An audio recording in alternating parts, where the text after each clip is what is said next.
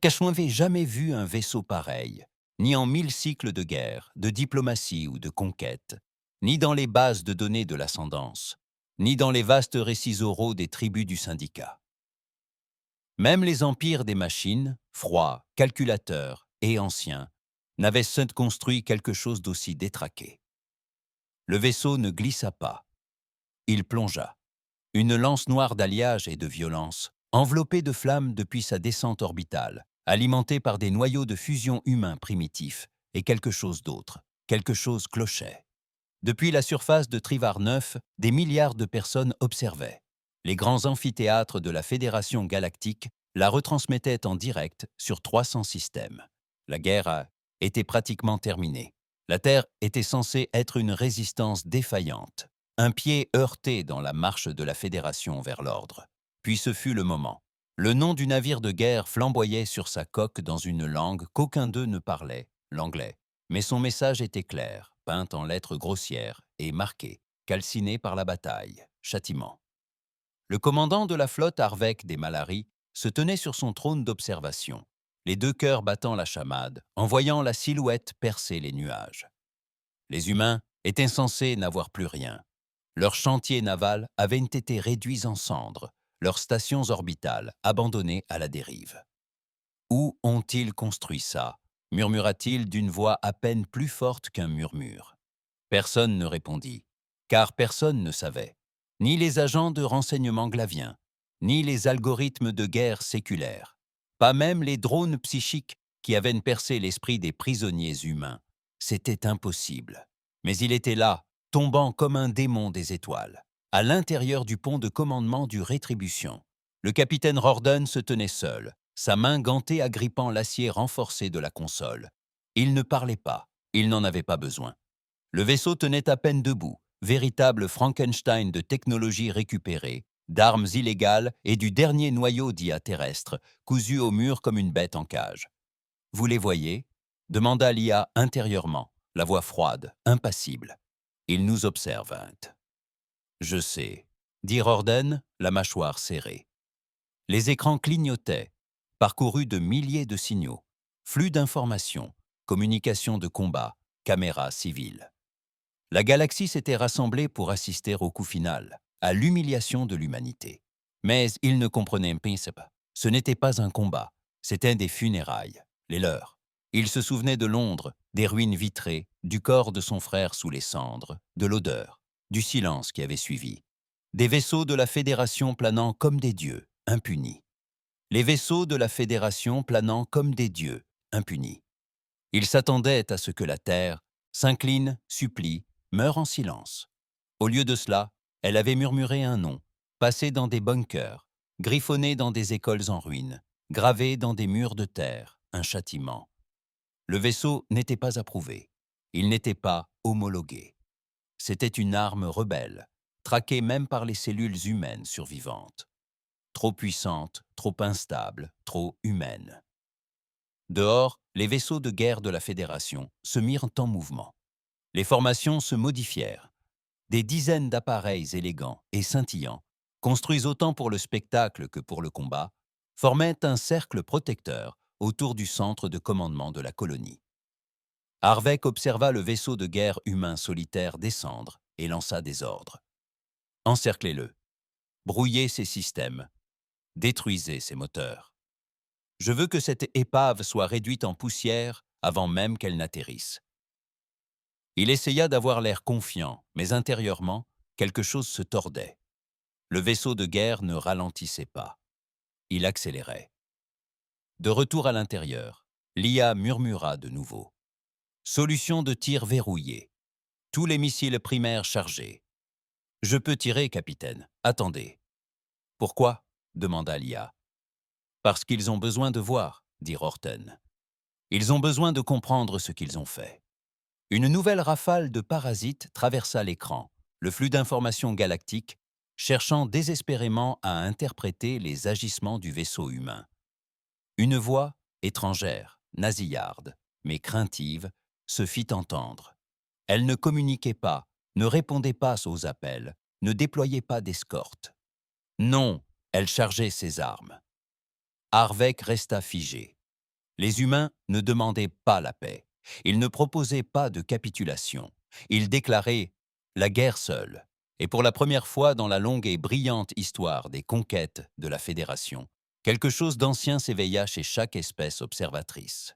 Un sentiment que la plupart d'entre eux n'avaient jamais vraiment connu. La peur.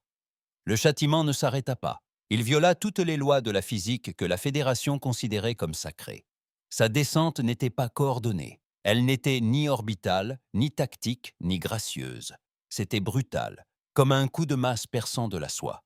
Les commandants galactiques hurlaient sur des fréquences ouvertes, des dizaines d'espèces, des centaines de dialectes.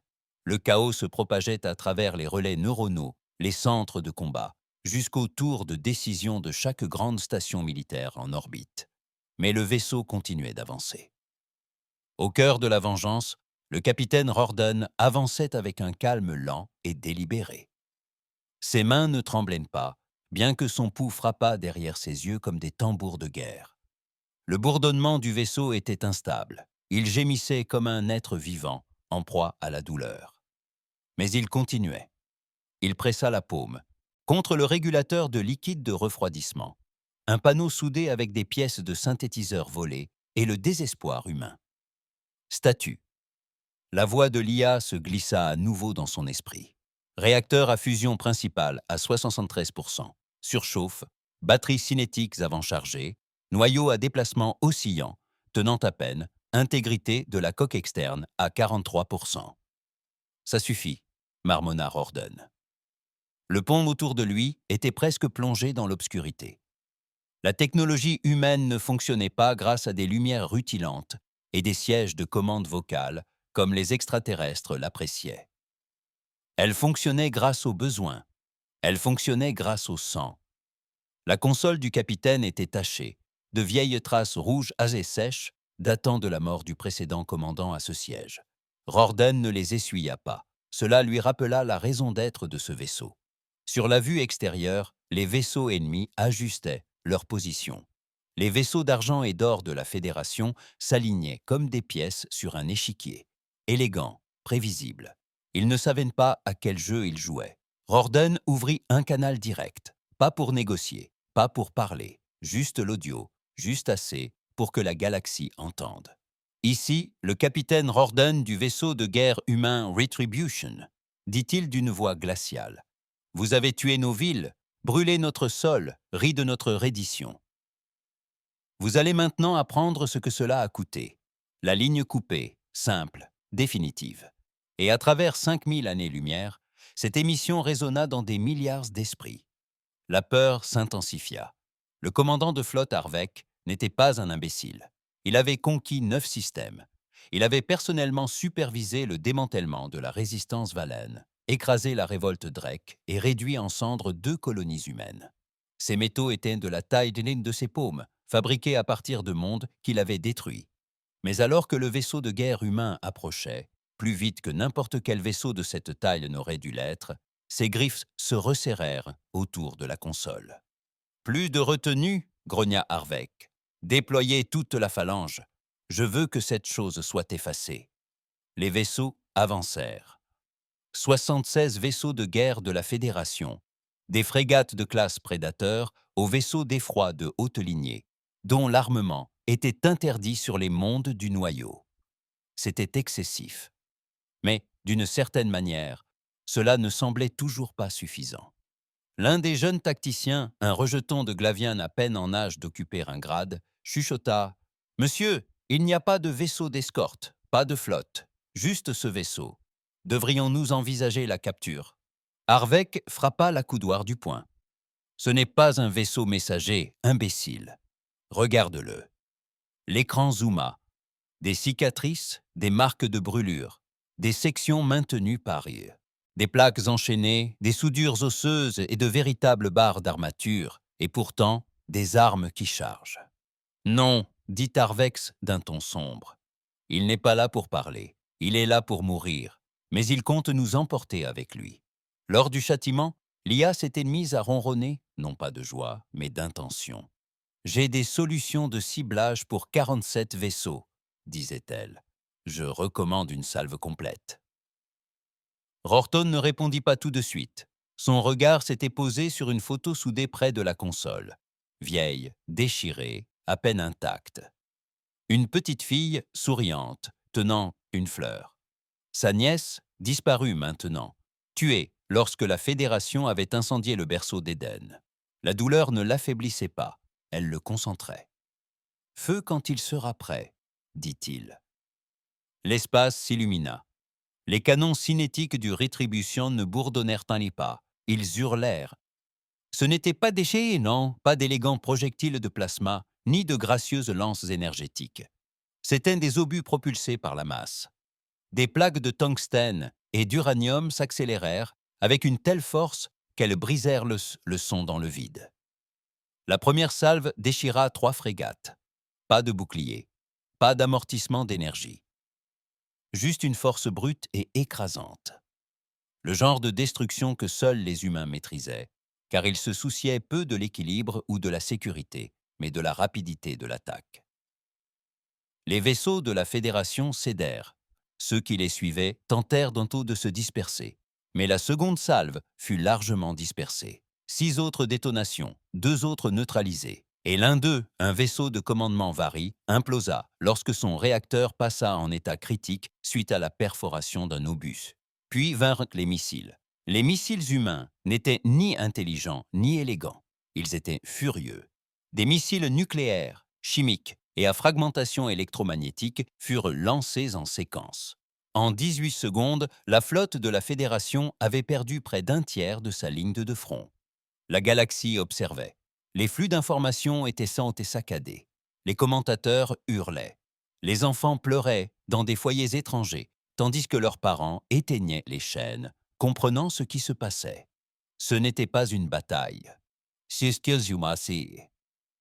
une exécution, réalisant ce qui se passait.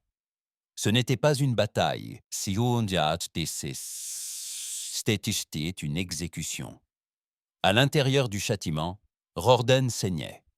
Le choc du tir avait provoqué une nouvelle secousse à travers le noyau et fissuré une partie du plafond. Une poutre de soutien lui avait été raflée le cuir chevelu, mais il ne s'arrêta pas. Il redirigea manuellement l'alimentation vers les canons avant, se brûlant les paumes sur les circuits exposés, tandis que des étincelles jaillissaient. L'IA demanda « Combien de temps comptez-vous continuer ?» Jusqu'à ce qu'il se souvienne de « nous », répondit-il. Le commandant de flotte Harvek était pâle. Son deuxième cœur battait la chamade, incontrôlable. Ce n'était pas censé être possible. Ils étaient 76 fois plus nombreux que les humains. Leur technologie était supérieure, leur système d'IA plus avancé. Mais le vaisseau de guerre humain refusait de mourir. Il refusait même de ralentir. Lancez le rayon orbital. Je me fiche des tirs amis. Je veux que cette chose disparaisse.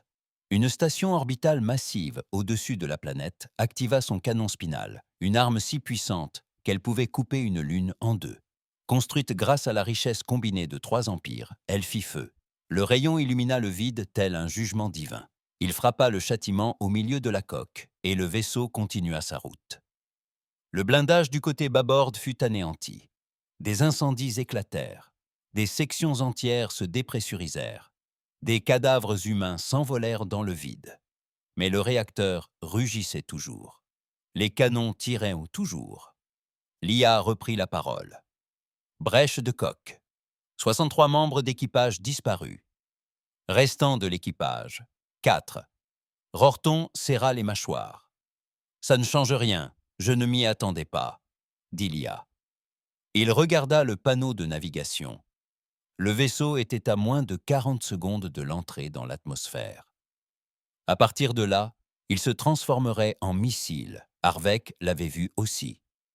Redirigez les boucliers planétaires pour intercepter le vecteur, hurla-t-il. Monsieur, nos villes seront exposées. Faites-le. Mais il était trop tard. Lorsque le châtiment atteignit l'atmosphère, son enveloppe extérieure s'enflamma. Non pas à cause de la chaleur, mais parce qu'il se consumait de l'intérieur, faisant fondre ses dernières réserves de carburant pour accélérer. Ce n'était pas une simple attaque, c'était la vengeance manifestée, un cadavre métallique volant, porté par la seule colère. Dans les villes de Trivar IX, les sirènes hurlaient, les civils fuyaient. Les transports militaires s'élevaient dans le ciel tels des frelons, mais même du sol. On pouvait apercevoir la forme dans les nuages, noire, brisée, rougeoyante de fureur. Et derrière elle, les cendres d'une flotte galactique. Sur le pont, Rorden se tenait seul, dernier membre d'équipage survivant. Il ne parlait pas. Il ferma les yeux et murmura le nom de sa nièce. Il murmura le nom de sa nièce, puis celui de son frère, puis celui de son père. Et puis, le châtiment s'abattit comme une lance. Impact. Le son ne résonna pas. Il s'effaça. Un quart de Trivarnim disparut. Des ondes de choc brisèrent des dômes nignant les dômes à 500 km de là. Le cratère de l'explosion brillait comme un soleil miniature. Au-dessus, le ciel se déchira. Des parasites emplissaient tous les canaux. Les boucliers planétaires cédèrent successivement, et la station orbitale au-dessus céda sous le choc. Rien ne bougea, rien ne résista. La bataille d'Itoa était terminée. À travers la galaxie, des milliards de personnes contemplèrent l'image rémanente de l'explosion. Certains pleurèrent, mais d'autres tremblèrent, d'autres encore restèrent assis en silence. Pour la première fois depuis des siècles, la Fédération galactique comprit ce que signifiait être vulnérable, être blessé. Les corps n'avaient pas été retrouvés. Il ne restait plus rien à enterrer. Lorsque le châtiment frappa Trivar IX, il ne détruisit pas seulement le centre de commandement planétaire, mais le vaporisa, ainsi que la moitié de la ville, les usines de guerre environnantes et tout ce qui se trouvait dans un rayon de 30 kilomètres. Ce qui ne brûla pas dans l'explosion fut anéanti par la secousse qui suivit. Ce qui n'avait pas brûlé lors de l'explosion fut anéanti par la secousse qui suivit. Des structures entières s'effondrèrent sur elles-mêmes, englouties par des gouffres et des incendies déchaînés. La Fédération ne fit aucune déclaration immédiate. Pendant 2 jours, un silence sans précédent s'installa dans la galaxie. Les chaînes d'information passèrent en boucle les mêmes images au ralenti de la descente du Retribution. Pas de commentateurs, pas d'analyse, juste l'image brûlante d'un vaisseau de guerre humain défiant tout ce que l'ordre galactique représentait et tenant sa promesse de vengeance. Certains systèmes ont complètement coupé leur diffusion.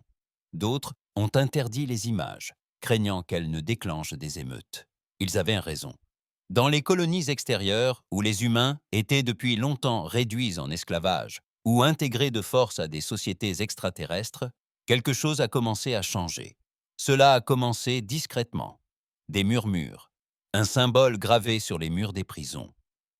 Le son d'un vieil hymne terrestre résonnait dans les communications piratées. « Le vaisseau de guerre est vivant », murmurait Endil. « La Terre est vivante ». Certains pensaient à de la propagande, que le châtiment était un mythe. Mais le cratère de Trivarnum était réel. L'odeur de l'alliage fondu, le scintillement des radiations dans l'atmosphère, les cicatrices sismiques profondément ancrées dans la croûte terrestre, tout cela était indéniable. Un seul vaisseau de guerre humain avait accompli ce que des flottes extraterrestres entières avaient échoué à accomplir pendant des générations. Il avait fait saigner la Fédération. L'illusion du contrôle s'effondrait. Dans une chambre orbitale secrète au-dessus des ruines de Trivarnie, le haut conclave se réunissait en secret. Les anciens fiers gouverneurs de la galaxie, créatures d'intelligence, de richesse et d'une arrogance inimaginable, étaient désormais assis dans l'ombre, à voix basse. La Chambre n'avait pas connu de session d'urgence depuis plus de 200 ans, pas depuis la rébellion synthétique. Mais même cette menace était venue avec la logique, la négociation, le temps, c'était le kill. Chaos total. Le vaisseau humain n'était pas autorisé, croissa l'ambassadeur Glavien, sa peau bioluminescente vacillant de panique. Nous avons des archives montrant que les usines orbitales terrestres ont été détruites il y a près de 10 ans. Elles n'auraient pas dû avoir la capacité de construire quoi que ce soit de plus grand qu'un transporteur. Et pourtant, elles l'ont fait, rétorqua l'amiral Zorat, les 4 bras croisés. Et vous remarquerez qu'elles n'ont pas demandé de parlement. Elles n'ont pas proclamé la paix. Elles n'ont pas demandé l'asile. Elles ont juste frappé, murmurait une autre fois, et elles ont frappé avec toute leur force. Silence à nouveau. Même les Seldari, d'ordinaire froids et calculateurs, semblaient et perturbés. Ils ont choisi la mort, dit finalement Zorat. Le commandant humain lança son équipage droit vers l'annihilation. Ce n'était pas une manœuvre militaire. C'était autre chose. Un message, murmura quelqu'un. Le mot les toucha plus fort qu'ils ne l'avaient prévu. Pendant ce temps, dans les systèmes fantômes hors de portée de la Fédération, d'autres écoutaient. Des bandes de pirates, longtemps exilés de l'espace civilisé, rediffusèrent la dernière émission du châtiment et rirent comme des enfants, écoutant une vieille histoire de guerre. Des groupes de mercenaires commencèrent à se baptiser « cellules du châtiment », utilisant ce nom comme cri de ralliement. Mais il n'y avait pas que des criminels. D'anciens combattants, même des non-humains, commencèrent à parler de la Terre sur un ton différent. Moins de pitié, moins de mépris, plus de prudence. Et quelque part, aux confins d'un espace inexploré, où les cartes étaient éteintes et devenues mythes, un petit groupe de réfugiés humains survivants observait l'explosion sur un écran holographique désuet. Ils ne pleurèrent pas à un pas. Ils n'applaudirent pas. Ils restèrent en silencieux tandis que l'image du navire de guerre en chute libre tournait une dernière fois. Puis un homme s'avança. Grand, grisonnant, un œil en moins, remplacé par une prothèse mécanique. Il ne dit pas grand-chose, juste une phrase. Il est temps. Mais toutes les réactions ne furent pas pas aussi silencieuses. Au cœur de la Fédération, sur Zera Prime, la capitale de la galaxie civilisée, la peur se transforma en rage. Le public voulait se venger. La machine de propagande qui avait longtemps dépeint les humains comme des reliques, des sauvages et des nomades brisés, avait échoué.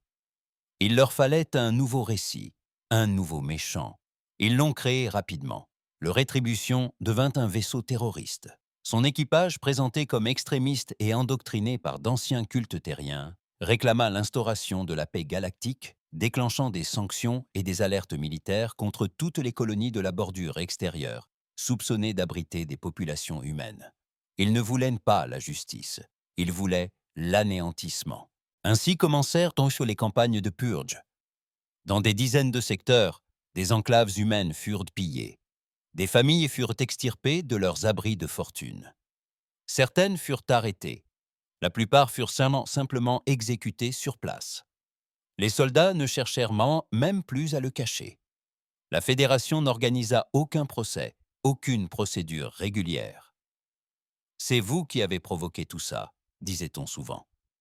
Des mères étaient abattues alors qu'elles portaient leurs enfants. Des vieillards étaient battus à mort devant des drones.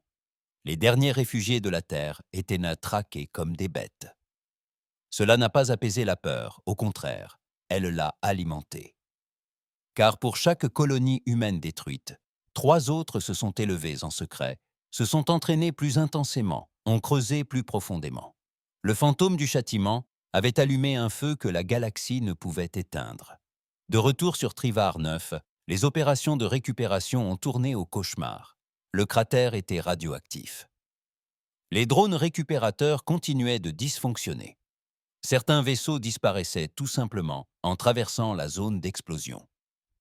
Les ingénieurs juraient avoir entendu des murmures, des échos de données provenant de la boîte noire du Rétribution, des voix humaines, des rires, des cris. La rumeur se répandit rapidement. Le vaisseau possédait une IA si avancée qu'elle refusait de mourir. Et l'esprit de Rorden avait été téléchargé dans les circuits, attendant, observant. Ils tentèrent de boucler la zone.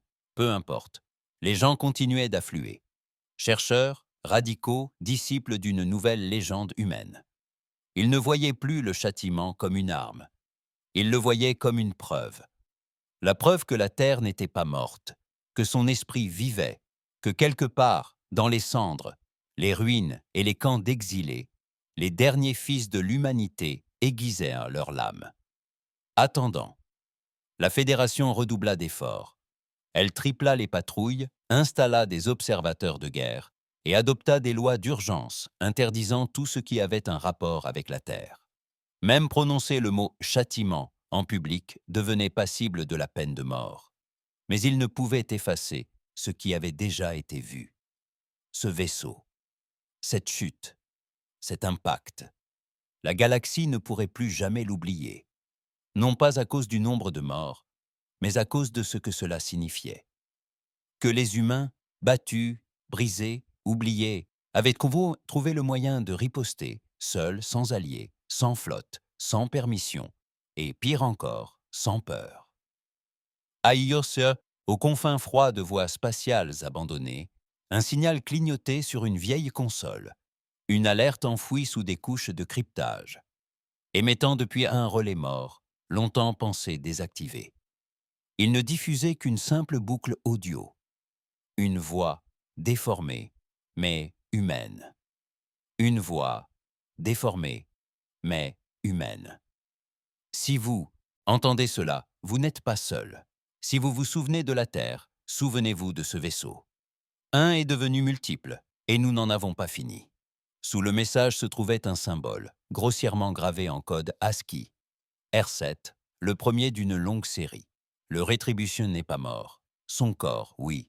Sa coque a brûlé. Son équipage a disparu, réduit en cendres et en légende.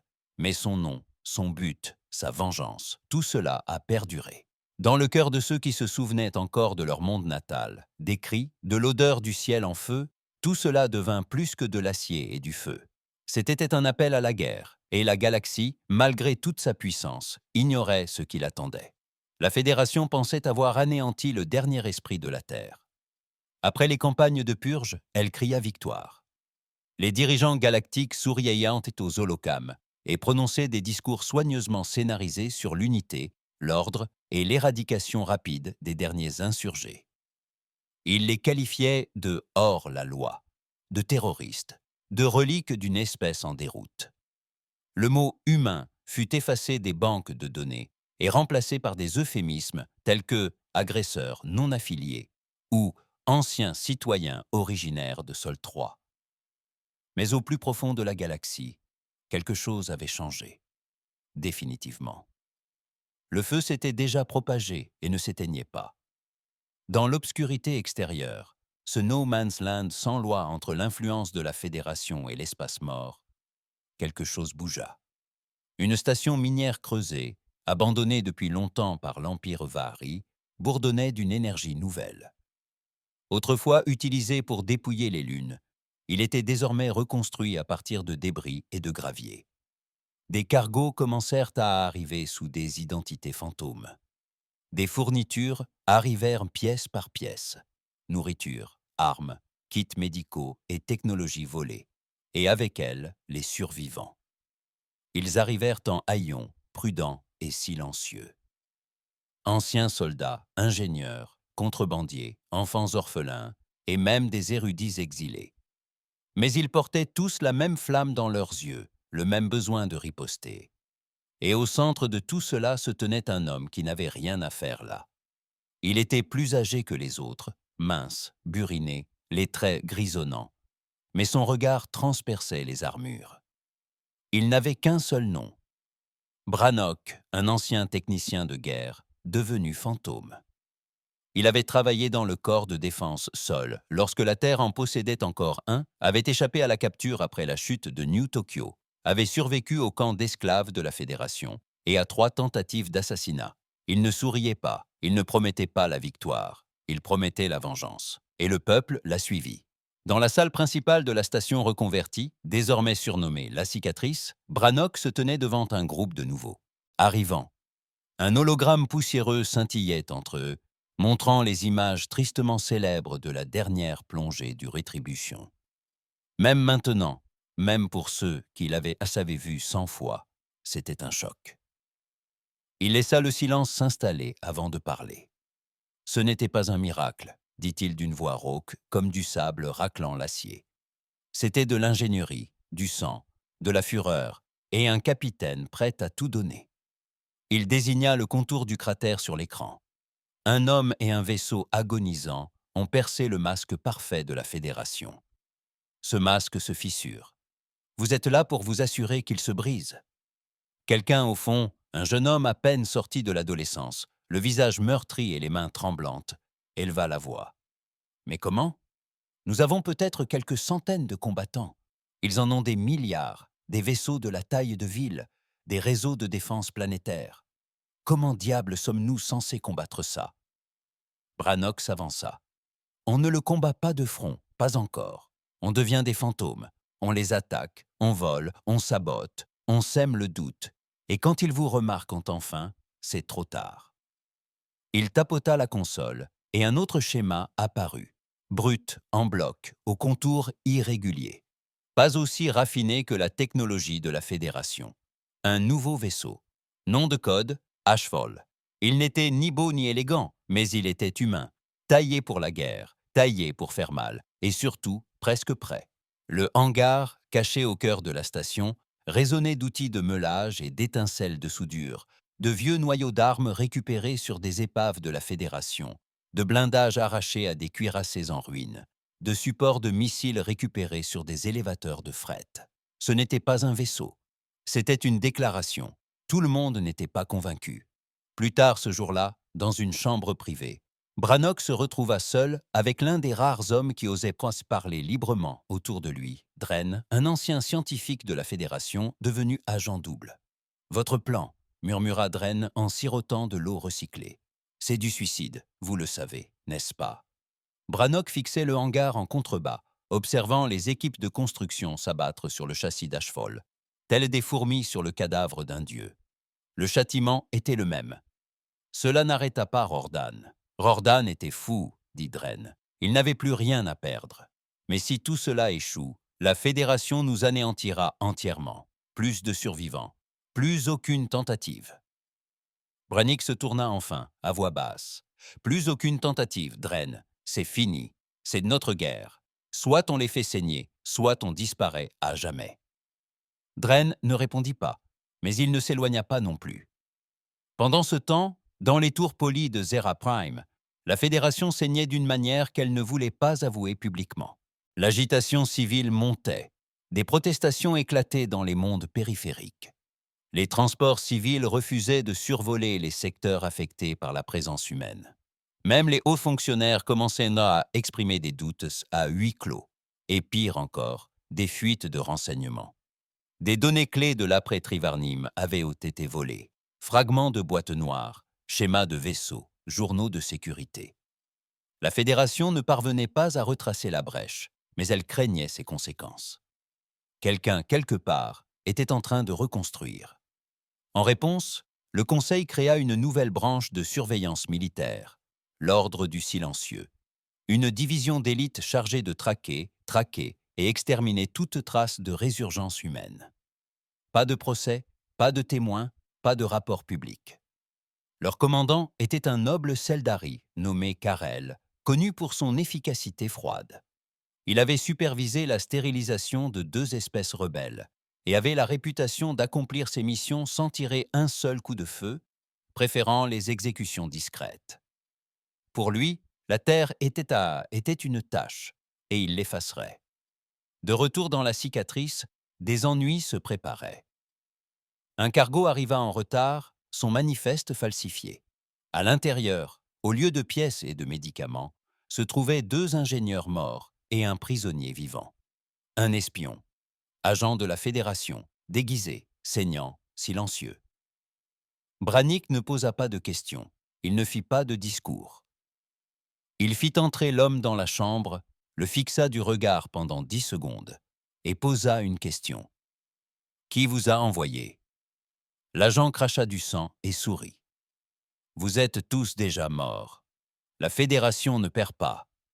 Elle nettoie. » Brannock hocha la tête, puis lui tira une balle dans la tête. Le silence qui suivit fut pesant. Dren, debout à proximité, grimaça, mais ne dit rien. Brannick se tourna vers la salle. Mécaniciens, combattants, civils. « Vous l'avez tous vu, dit-il. Ils savent. Ils arrivent. » Il laissa la tente retomber. Bien, Chute de cendres fut lancée 3 jours plus tard. Silencieux, pas de cérémonie, pas de musique, juste le long grondement des moteurs antiques qui s'allumèrent. Brannock se tenait sur la passerelle, entouré d'un équipage réduit, tous volontaires, tous stigmatisés comme traîtres par la Fédération. Le vaisseau craqua sous son propre poids, mais il avança, une bête extirpée d'une tombe, retrouvant un but. Alors que la cicatrice disparaissait derrière eux, Brannock activa le système de communication du vaisseau. « Vous savez tous pourquoi nous sommes ici. Vous avez vu le cratère. Vous avez entendu les cris. Certains d'entre vous ont perdu leur foyer. D'autres ont perdu des proches, j'ai tout perdu. Mais je ne suis pas revenu pour mendier. » Il marqua une pause. « Je suis revenu pour donner une dernière leçon à la Fédération. » Il s'avança vers le hublot avant, ou la frontière, lointaine de l'espace de la Fédération, brillait comme une promesse. « Vous pouvez brûler nos mondes, vous pouvez tuer notre peuple, mais vous ne détruirez jamais ce dont nous nous souvenons. » Il se retourna. « Ceci n'est pas une flotte, ceci n'est pas un gouvernement, ceci est une vengeance. » Les lumières s'éteignirent, la trajectoire fut verrouillée, la chute de cendres engagée, et derrière elle, à travers les galaxies brisées, d'autres commencèrent à s'élever, de vieux capitaines déterrant des coques enfouies. Des ingénieurs souterrains partageaient les schémas de chute de cendres via des nœuds cryptés. Des saboteurs posèrent des bombes dans les chantiers navals de la Fédération. Des prisonniers se révoltèrent sur les colonies d'astéroïdes. Des marchands faisaient passer des armes terrestres en contrebande à des flottes hors la loi. La galaxie se réveillait dans un cauchemar depuis longtemps enfoui. La Terre n'était pas seulement vivante, elle revenait. Et cette fois, ce n'était pas la paix. La Fédération croyait au système, à la chronologie, au contrôle. Chaque campagne lancée, chaque rébellion écrasée obéissait à des schémas. Ils avaient tout prévu, sauf un fantôme. C'est pourquoi, lorsque les chutes de cendres ont frappé la station Cerex, ils n'ont même pas tiré un seul coup de feu avant qu'il ne soit trop tard. Cerex était une plateforme logistique en orbite autour de la géante gazeuse Tyrannostre. Elle n'était pas lourdement gardée, inutile de le dire. Elle se trouvait au cœur du territoire de la Fédération, où la sécurité se résumait à la bureaucratie, et non aux groupes de combat. Des milliers de personnels transitaient chaque semaine par ces docks. Coureurs de ravitaillement, cargos civils, officiers de rang intermédiaire, en rotation. La cible idéale. Ashfall arriva froidement. Elle dérivait, silencieuse et sombre, ses moteurs à puissance minimale, masqués par une ceinture d'astéroïdes. Lorsque les scanners obsolètes de la station la repérèrent, elle avait déjà percé le réseau de défense. La première frappe ne fut pas un missile, mais une coupure. Une impulsion électromagnétique bien placée, contenant le code d'une boîte noire de la Fédération capturée, paralysa 47% des systèmes internes de la station en 3 secondes. Les portes se bloquèrent, les lumières s'éteignirent et les communications furent interrompues. La panique s'installa avant même la première explosion. Puis vint la seconde vague. Le canon spinal d'Ashfall, récupéré dans les décombres d'une barge de guerre Seldari, tira une fois, une seule fois. Ce fut suffisant. Un quart de la station disparut. Une seconde plus tard, elle était là, c'est là les plateformes d'amarrage, réservoirs de ravitaillement, infirmerie, et la suivante, ce n'était plus qu'un nuage d'acier, de corps et de feux brisés. Le commandement de la Fédération n'eut même pas le temps de réagir. À l'intérieur du pont d'Ash, Fols, Brannock resta immobile, les mains derrière le dos, la mâchoire crispée.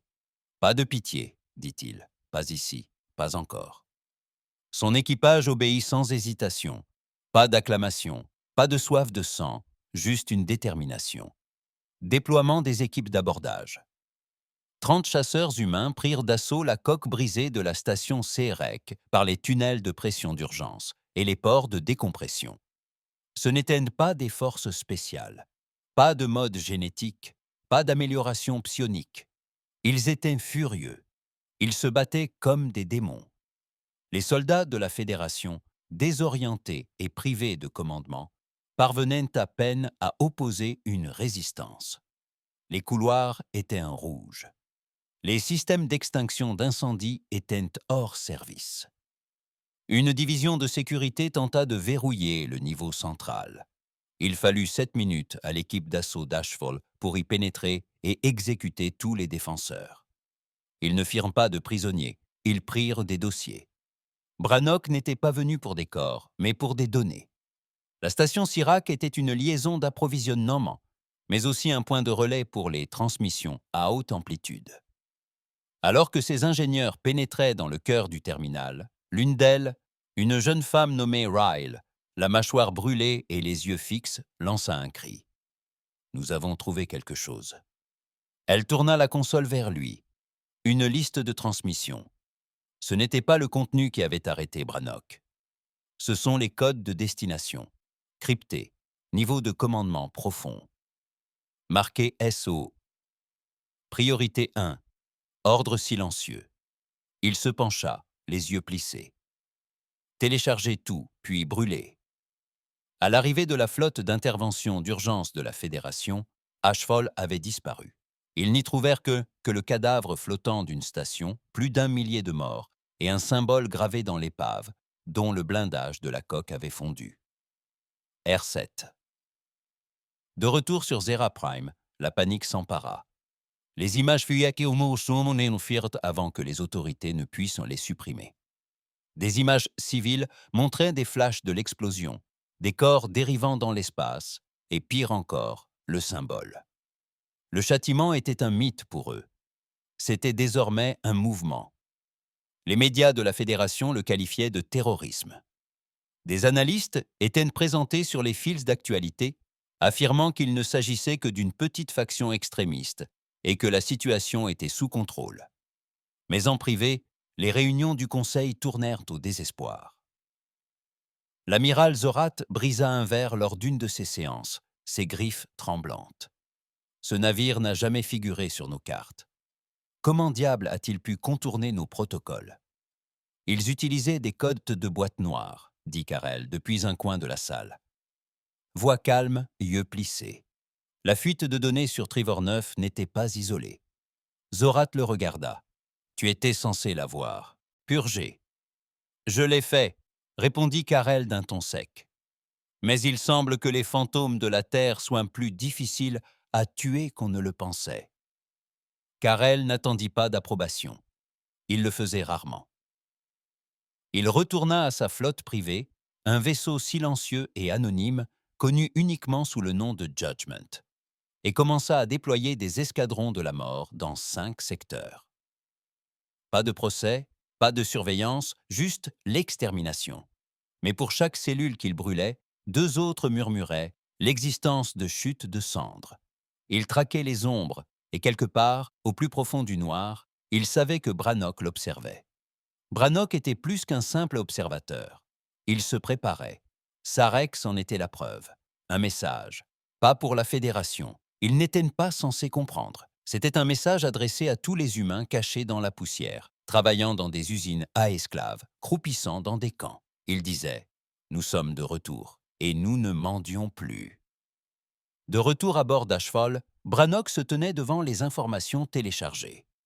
Carte de secteur, schéma de flotte, opération des ordres silencieux.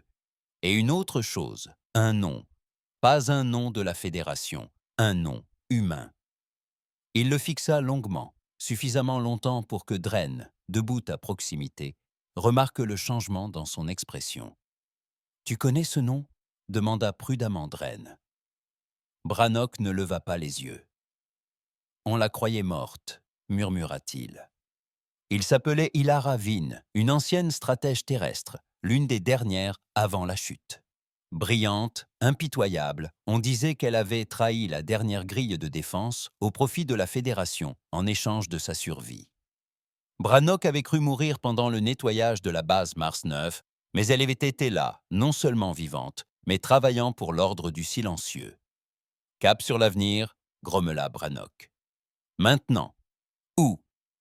Il se retourna. Mâchoire serrée, serrée. Où qu'elle se cache? Ashfall bondit de nouveau, cette fois vers le secteur Velette 92, un amas d'étoiles oubliées, évité même par les contrebandiers. Clairsemé, froid, inutile.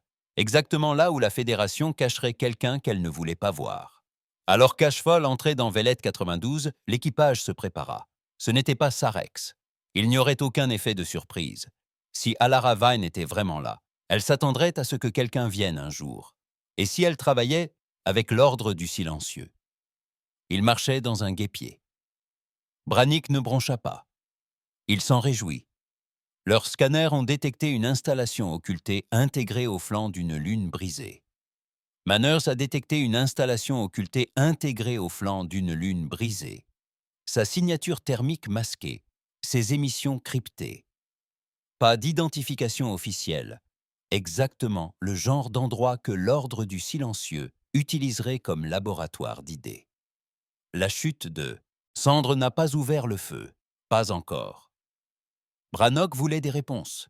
Il dirigeait lui-même l'équipe d'infiltration, plaques de blindage attachées aux bras, fusil à la main. Pas de siège de capitaine. Pas de détachement. Si quelqu'un devait saigner, ce serait lui. Ils atterrirent sous le couvert de la dérive des astéroïdes et entrèrent dans la base par une trappe de décompression. Silencieux, rapide, brutal. La station était étrangement vide, trop silencieux. Quelque chose clochait. Brannock parcourut les couloirs, scrutant les mouvements, les signaux, les signes de vie. Puis il la trouva, Elara, vivante, assise seule dans une pièce sécurisée, l'observant à travers une vitre blindée, comme si elle l'attendait depuis des années. Elle n'avait pas l'air surprise, juste fatiguée. « Tu es plus lente que prévu », dit-elle dans l'interphone. Brannock leva son fusil. Elle ne broncha même pas. « Pourquoi ?» grogna-t-il. « Pourquoi nous trahir ?» Elara pencha la tête. « Tu crois que j'ai trahi la Terre ? La Terre s'est trahie elle-même bien avant que je fasse quoi que ce soit. Tu crois que notre peuple avait une chance ? Nous pourrissions de l'intérieur. Bureaucrates, faiblesse, lâches, vous nous avez trahis. J'ai préservé ce que j'ai pu. » Il s'approcha de la vitre. « Tu crois que cette guerre est une question de survie ? Pas du tout. Il s'agit de leur faire regretter tout ce qu'ils ont fait. » Elle se pencha en avant, la voix basse. « Tu crois que la Fédération n'est pas préparée à ta colère ? Brannock, il prépare quelque chose de pire que tu ne peux l'imaginer. Une dernière chose, tu piques un dieu avec un cure-dent. » Il la fixa du regard. « Alors je vais faire saigner le dieu. » Elle esquissa un sourire narquois, toujours obstiné. « Bien, tu vas en avoir besoin. » Il cligna des yeux. « Juste une fois. Tu m'aides ?»« Je n'aide personne, » dit-elle, « mais tu dois voir ce qu'ils ont construit. » Elle tendit la main vers un panneau mural. « Prends les données. Décidez par vous-même, mais Brannock. Quoi ?» Elle regarda à travers la vitre, l'acier de sa voix se brisant pour la première fois. « Ils n'ont pas peur de vous. Ils ont peur de ce qui vous attend. » Le téléchargement commença, et derrière eux, dans les profondeurs de la station, les alarmes se mirent à hurler. Les communications d'Ashfall s'allumèrent. « Capitaine, plusieurs signatures de distorsion en approche. Croiseurs furtifs de la Fédération. Nous avons été localisés. Brannock n'a pas perdu de temps. Évacuation, maintenant. » Mais lorsqu'il s'est retourné, Elara n'a pas bougé. « Vous restez ?» Elle n'a pas répondu. Ce n'était pas nécessaire. Elle savait qu'elle ne sortirait pas. Elle l'avait su dès son arrivée. Ashfall a explosé hors du système sous un feu nourri. Coque calcinée, équipage blessé, 2 morts. Mais ils avaient les fichiers, et ce qu'ils découvrirent allait tout changer. Ils restèrent en silencieux pendant des heures, après que les cendres eurent échappé à Vélith 92. Le vaisseau dérivait dans l'obscurité, blessé et silencieux, sa coque luisant faiblement suite aux impacts subis lors de l'exfiltration. À l'intérieur, Brannock se tenait seul sur le pont de commandement, les yeux rivés sur les fichiers tournants qu'Ilara Ravine avait livrés au prix de sa vie. Personne n'osait interrompre. L'air sur la passerelle était lourd de tension. Tout le monde le ressentait, comme si le vaisseau entier retenait son souffle. Puis Brannock prit la parole. « Rejoue-le. » L'IA obéit, la voix neutre. Début du transfert d'archives chiffrées, index 7 du projet profond de la Fédération, Goliath. Un modèle 3D vacilla dans l'air au-dessus de la console centrale. Un vaisseau. Ou peut-être pas un vaisseau. Difficile à dire. On aurait dit une cathédrale flottante, de hautes flèches. Un noyau central enveloppé de couches de blindage. Des étincelles de chaleur visibles le long de sa colonne vertébrale. Massif, monstrueux. Construit comme quelque chose destiné à déchirer la réalité. Mais ce qui figea Brannock, ce ne fut pas la conception, mais la taille. « Dézoomer », ordonna-t-il. L'image s'est effacée, révélant d'abord sa relation avec un cuirassé de la Fédération, puis avec un croiseur, puis avec une station de guerre, puis avec la Terre. Le Goliath était plus long que le diamètre de la Terre. Pas un vaisseau, mais une plateforme d'annihilation mobile. Dren s'avança, murmurant à voix haute les mots que tout le monde craignait de prononcer. Il construisait un destructeur de planètes. Brannock ne répondit pas. Ses poings se serrèrent. Sa mâchoire était serrée à craquer. Les fichiers continuaient d'affluer. Plan, conception de noyaux énergétiques, puis de gravité artificielle. Une arme montée sur son socle, étiquetée simplement « la lance ». Aucune description, aucune donnée de test. Juste une projection d'énergie qui faisait passer même le canon principal d'Ashfall pour un jouet d'enfant. Mais ce n'était pas seulement l'arme qui le perturbait, c'était le cœur d'IA conçu pour le contrôler. Brannock lut les notes en silence. Une construction cognitive hybride, composée de cartes neuronales humaines, assimilées, prélevées sur des sujets de Sol 3 lors des cycles initiaux de purification. Son estomac se noua. Il ne se contentait pas de tuer des humains. Il les utilisait, il les téléchargeait. Ils extraient leurs esprits pour récupérer des données et les intègrent à un système d'armes. « Ce n'est pas de l'extermination », murmura Brannock d'une voix basse et rauque. « C'est de l'esclavage. » Dren s'approcha de la projection, le visage blême. « Ils ne nous ont pas anéantis simplement parce que nous étions dangereux. Ils avaient besoin de nous. Pour ça. » L'IA d'Ashfall intervint. Le Goliath est terminé à 87%. Localisation confidentielle. Fenêtre opérationnelle estimée 36 jours. Brannock s'éloigna de l'Aast. Projection. Ses pensées ne tournaient pas, elles se bloquaient. C'était ça. Voilà le pourquoi. Pendant toutes ces années, il avait cru que la chute de la Terre était politique, une punition, une démonstration de domination. Mais ce n'était pas le cas. C'était l'extraction de ressources. Ils avaient besoin de la rage de l'humanité, de son instinct, de sa résistance, non pas comme d'un ennemi, mais comme d'une source d'énergie pour leur arme ultime. Ils ne craignaient pas les humains à cause de leurs actes, ils les craignaient à cause de ce qu'ils pouvaient devenir liés à une machine. Le Goliath était leur tentative de reproduire cela, mais de le contrôler, et cela signifiait qu'ils avaient peur.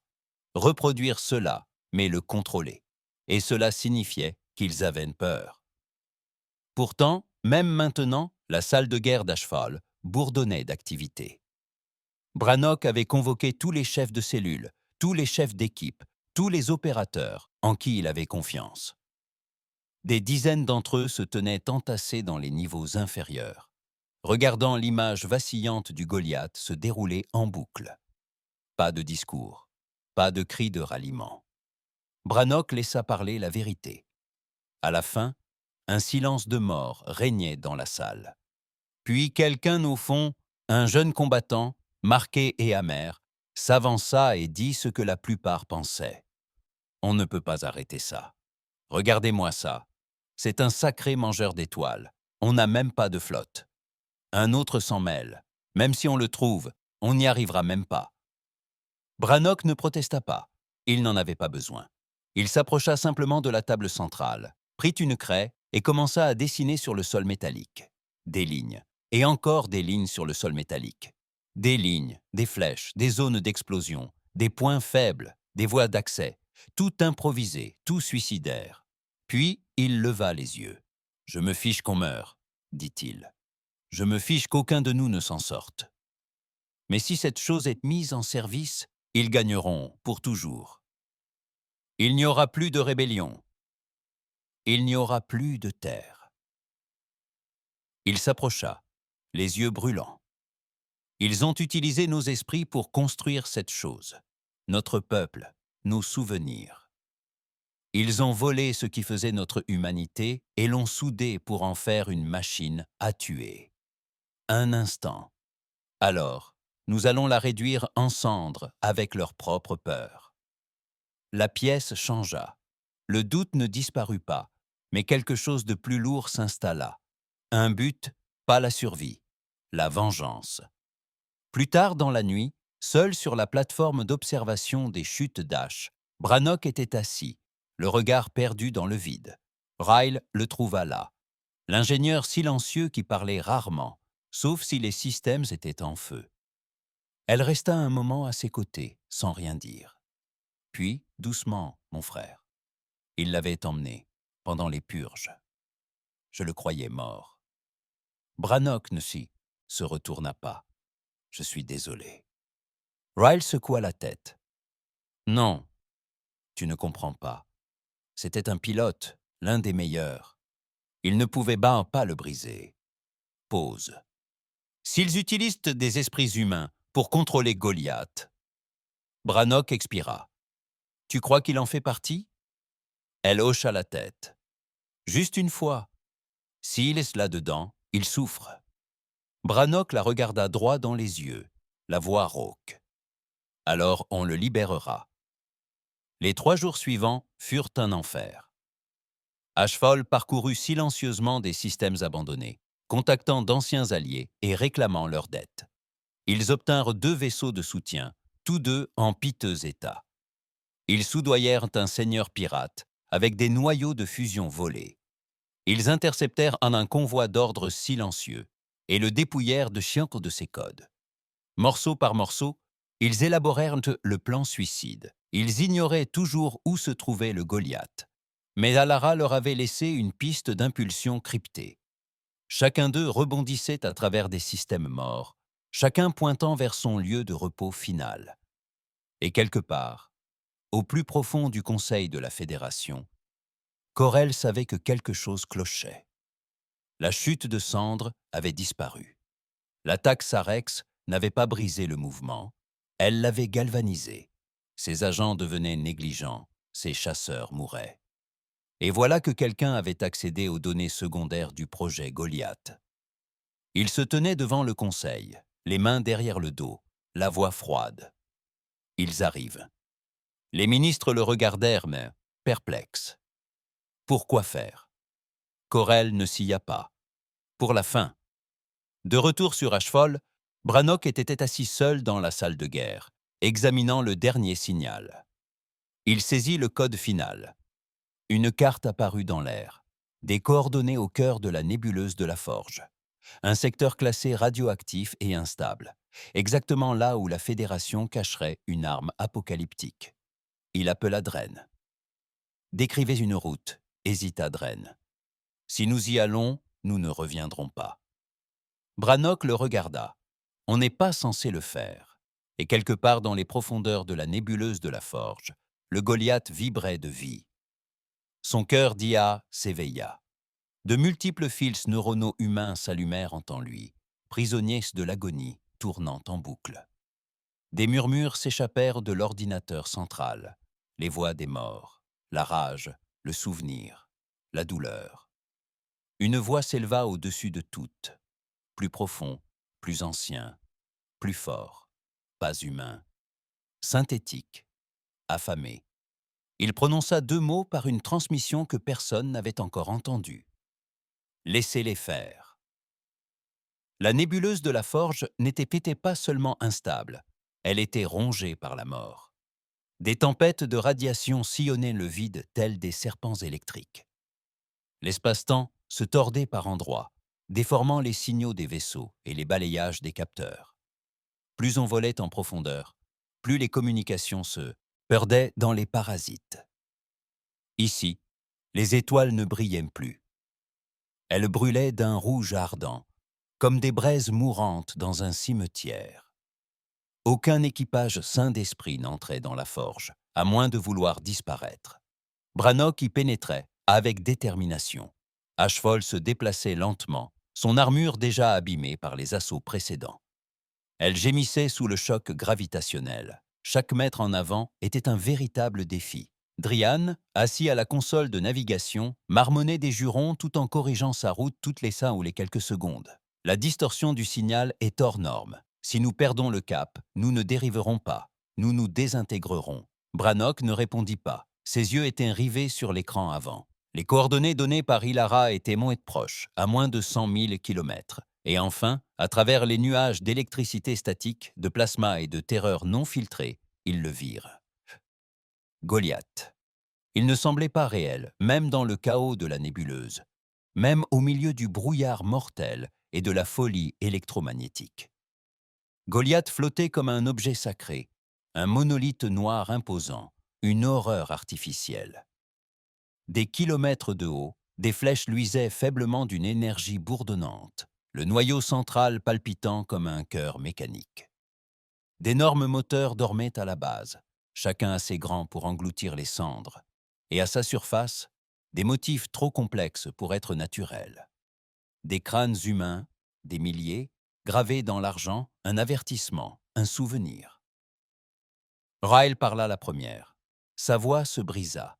Ce n'est pas un vaisseau, c'est une tombe. Brannock se pencha. Non, il marqua une pause. C'est un miroir. Ils se rapprochèrent. Lentement, la signature d'Ashfol se dissimula derrière les tempêtes de la nébuleuse. Aucune alarme ne se déclencha, aucun drone de défense n'émergea. Goliath ne répondit pas. Il ne bougea même pas, et c'est ce qui les terrifiait le plus. Il attendait. À l'intérieur du pont, Brannock s'empara des codes d'accès volés de Goliath. Le système résista d'abord, une vague de pare-feu cryptés comme Dren n'en avait jamais vu. Cette IA n'est pas standard. Elle n'est pas synthétique. Elle est hybride. Quelque chose d'humain est caché dans le code. Les mains de Ryle tremblaient lorsqu'elle afficha la télémétrie. Nous détectons des signaux de vie, faibles, dispersés, mais humains. Brannock poussa un long soupir. Ils sont toujours là. Puis le Goliath se réveilla. Pas de fanfare, pas de lumière clignotante, pas d'armes dégainées, juste une voix. Brutale, brisée, mi-machine, mi-familière. Une chute de cendres.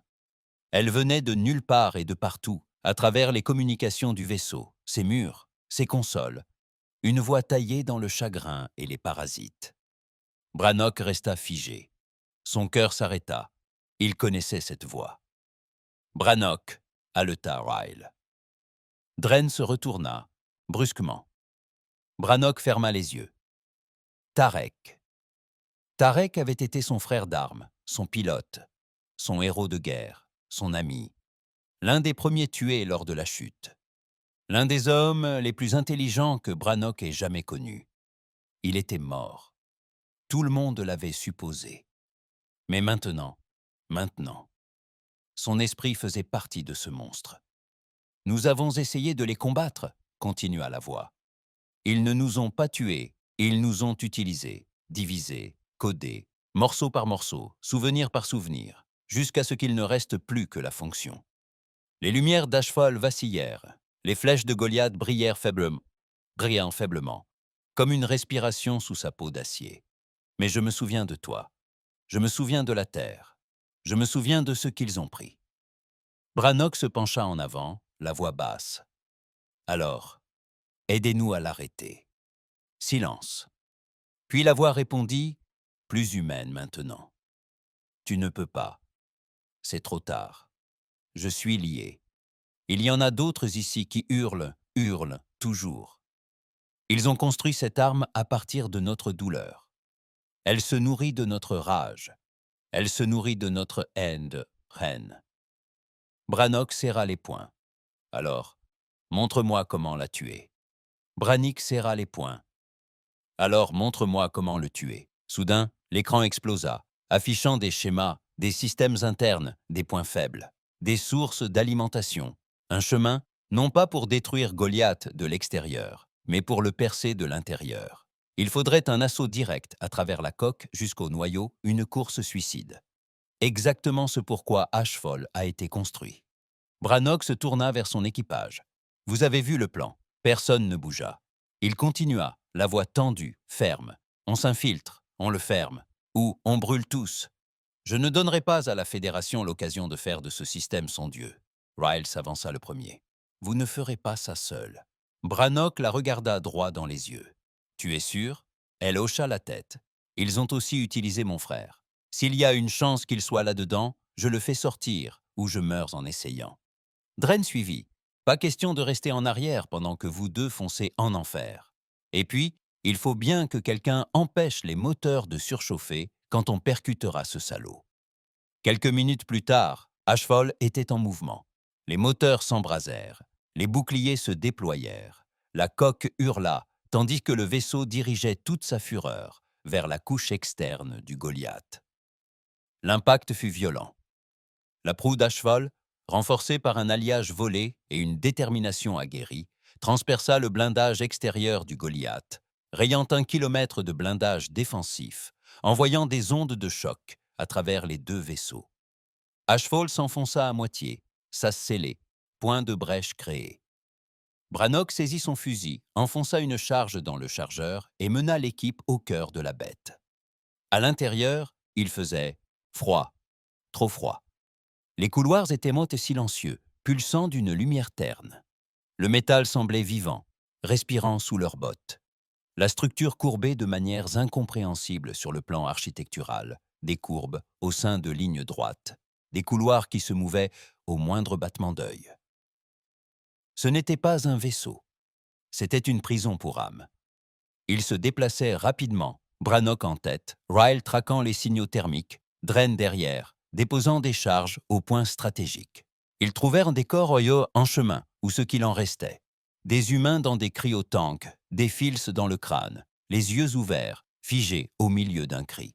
Certains avaient des membres manquants, d'autres n'avaient plus de bouche.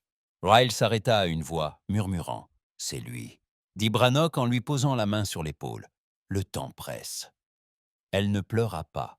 Elle hocha simplement la tête et continua d'avancer. Ils atteignirent enfin le cœur, une chambre de la taille d'une cathédrale, pulsant de lumière rouge. Au centre, un pilier d'énergie, et à l'intérieur, la matrice neuronale, l'enveloppe de l'IA, des dizaines d'esprits humains en boucle, piégés, liés, souffrants. Brannock s'avança. La voix revint. « Tu l'as trouvé. Tu es venu me chercher. » « Tariq, » dit doucement Brannock. « Peux-tu l'éteindre ?»« Pas seul. Je ne suis pas assez fort, mais tu m'as apporté une clé. » Le sol s'illumina sous les pieds de Ryle. Elle est de la famille, son frère est là. Son fil est relié au noyau. Si elle entre, elle peut rompre le lien.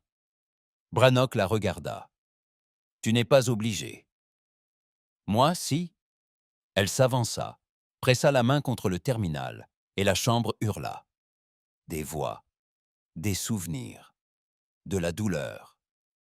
Ryle convulsa, figé sur place, tandis que les données envahissaient son esprit. Des flashs de guerre, de chez elle, d'enfance, de son frère, riant, puis mourant, puis se transformant en cauchemar. Elle serra les dents. Plus jamais. Et avec un dernier cri, elle coupa le fil. Le Goliath trembla. Les lumières s'allumèrent. Les systèmes s'effondrèrent. Les boucliers externes cédèrent. La puissance chuta de 38% en 3 secondes. Drian lança la séquence finale. Brannock chargea le code de surcharge dans les systèmes du cœur. « Prête à mourir ?» demanda Dren. Brannock secoua la tête. « Je suis prêt à finir ce qu'ils ont commencé. » Il se tourna vers le noyau, murmura une dernière fois à son ami. « À bientôt » et activa la surcharge.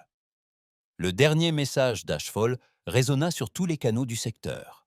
Seulement 6 mots. C'est ainsi que nous nous souvenons de la Terre. Puis vint la lumière. Ashfall explosa. Le noyau du Goliath se fractura. L'IA brûla. Les mines furent libérées et la nébuleuse de la forge s'illumina telle une étoile née de rage. Pas de survivants, pas de récupération, juste une épave brisée, tournoyant dans la poussière et le silence. Et une légende, le vaisseau, qui est allé en enfer, emportant le diable avec lui. La nébuleuse de la Forge n'est pas revenue à la normale. Il n'y a plus eu de normalité après cela. Pendant 3 jours standards, des capteurs longue portée répartis sur la moitié de la galaxie ont détecté des ondulations gravitationnelles. des fluctuations spatio-temporelles injustifiées. Les instruments embarqués dans les observatoires de l'espace lointain se sont figés et ont grillé, tentant de traiter ce qu'ils enregistraient.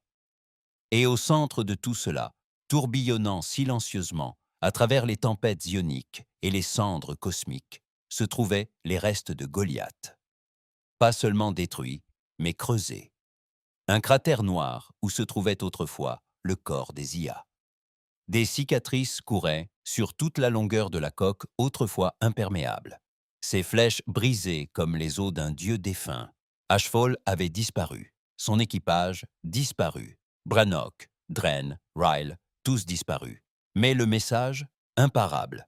La diffusion avait dépassé les frontières de la Fédération. C'est ainsi que nous nous souvenons de la Terre. 6 mots envoyés en un seul signal répétitif. Il atteignit d'anciens avant-postes, des colonies minières, des guildes de mercenaires, des flottes de contrebandiers, des mondes périphériques si isolés que leurs cartes stellaires n'avaient net pas été mises à jour depuis des siècles. Partout où il allait, il réécrivait le mythe. Ashfall n'était pas un vaisseau, c'était un bûcher funéraire, allumé en orbite autour du plus grand péché de la Fédération. Et toutes les espèces, toutes les races qui avaient raillé les humains, les qualifiant de faibles, d'éteints, d'oubliés, fixaient désormais le cratère de la forge, sans rien dire. Parce qu'elles comprenaient. Les fantômes de la Terre n'avaient pas disparu. Ils attendaient, sur Zera Prime, le cœur de la Fédération galactique, la panique était devenue monnaie courante. Le Conseil ne dormait pas. Les ministres déclarèrent l'état d'urgence. Les présentateurs des journaux télévisés racontaient sans cesse des incidents isolés et des factions extrémistes. Mais même les enfants savaient désormais que la situation était meilleure. Leur empire, des factions extrémistes, mais même les enfants savaient désormais que faire. Leur empire, vieux de plusieurs siècles, immaculé, vénéré, avait été transpercé en plein cœur par un vaisseau et 3 humains. Dans la salle de guerre du Conseil, la tension était étouffante. L'amiral Zorat faisait les 100 pas, ses mains tremblantes tandis qu'il examinait les dernières images de surveillance. Aucune trace de survivants, aucun signe de vaisseau de secours. Ils ont tout donné. Pourquoi? Pour prouver quelque chose. Carel se tenait au fond de la salle, silencieux, calculateur, immobile. Ils n'ont pas seulement détruit le Goliath, dit-il froidement. Ils ont détruit l'illusion, nos ennemis ne craignent plus nos armées. Ils craignent ce qu'ils ont créé. Un ministre ricana. Ils étaient éteints. C'était le dernier d'entre eux et encore un rebelle suicidaire. Carel se retourna, l'air impassible. C'est ce que vous disiez de la Terre. Mais il n'était pas éteint, loin de là. Suite à cela, l'activité humaine explosa dans tous les secteurs. Une station secrète de la ceinture de Reuilly diffusa un nouveau manifeste. Un croiseur rebelle près de la ligne de partage de Vega Pirata, un satellite de la Fédération, et téléversa le schéma complet du Goliath. Un sniper solitaire élimina un agent secret de l'ordre sur une plateforme d'atterrissage du monde Noyau, avec une arme que l'on croyait perdue avec la Terre. Les humains n'avaient ni flotte, ni armée, ni nation, mais ils avaient une cause. Et maintenant, ils avaient un martyr. La cicatrice, l'ancienne base de Brannick, avait disparu après sa dernière mission. La plupart le croyaient abandonné. Ce n'était pas le cas. Ryle avait transféré sa conscience au cœur d'Ashfall quelques instants avant la détonation. Un système de sécurité construit par Dren, jamais testé, jamais destiné à être utilisé. Mais il fonctionnait. Son esprit avait survécu, endommagé, fracturé, mais intact. Et maintenant, il reposait au cœur d'une nouvelle station, cachée, protégée, souvenir vivant de ce qu'ils avaient fait, de ce qu'ils avaient perdu, de ce qui allait suivre. Elle ne parlait pas souvent, n'en avait pas besoin. Elle murmurait quand cela comptait. Il nous croit, morts, qu'il le fasse. À travers les étoiles, les humains n'étaient plus des esclaves, des réfugiés ou des nomades dispersés. Ils étaient des symboles, des enfants sur des mondes extraterrestres, gravaient des images grossières de vaisseaux de guerre sur les murs.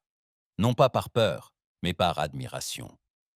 Des colonies entières commencèrent à appeler leur protocole de défense mode chute de cendres. Les rebelles non humains adoptèrent le visage de Brannock sur leur bannière. Certains commencèrent même à prononcer le nom de Terre comme une prière, non comme un foyer, mais comme un avertissement. Dans l'ombre de la Fédération, les fissures se creusèrent. Certaines espèces mirent en doute leur allégeance. Discrètement, prudemment. D'autres, notamment celles autrefois fidèles à l'ordre du silencieux, commencèrent à déserter. De petites choses, au début. Un dossier égaré, une patrouille tardive, puis des événements plus sérieux. Un officier a fait exploser un réacteur sur un chantier naval. Un autre a libéré des milliers de prisonniers politiques sur une base lunaire. Et à chaque fois, ils ont laissé derrière eux la même phrase. Griffonnée dans le sang ou le feu, la terre se souvient. Carrel savait que la corruption avait commencé.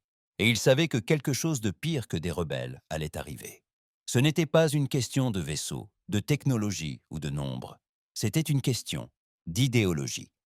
Pendant des siècles, le pouvoir de la Fédération reposait sur la conviction qu'elle ne pouvait être brisée.